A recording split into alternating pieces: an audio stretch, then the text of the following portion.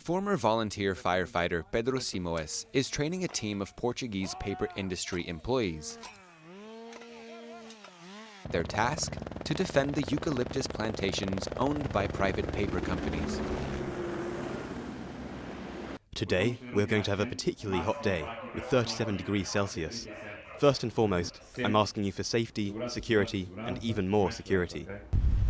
Eucalyptus is Portugal's green gold. It represents 4.6% of exports, with an annual turnover of 2.7 billion euros. The paper industry is the country's largest owner of forest land and is regularly accused of proliferating the species which is prone to fueling forest fires. This idea of accusing the eucalyptus, no, it's not true. It's in fact the totality that must be blamed, the pines, the brush. The Portuguese forest has been abandoned in recent decades. That is what led to the big fires. In 2017, the country was hit by the most devastating forest fires in its history. Over 100 people were killed and 500,000 hectares were burned.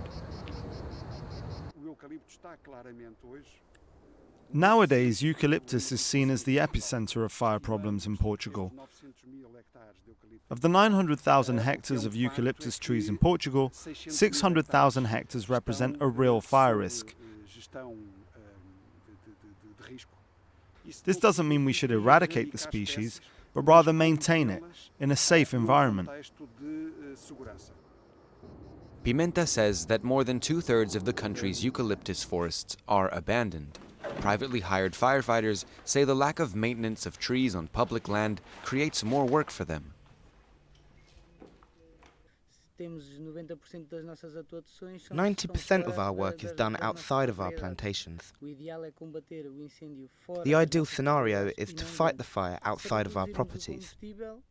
If fire arrives here as we maintain our forests, it does not progress in the same way, and extinguishing the fire becomes easier. Eucalyptus makes up 26% of the national Portuguese forest. The government has passed a law capping it at this level. To balance out the flora, experts say more oak, chestnut, and other fire-resistant trees should be planted.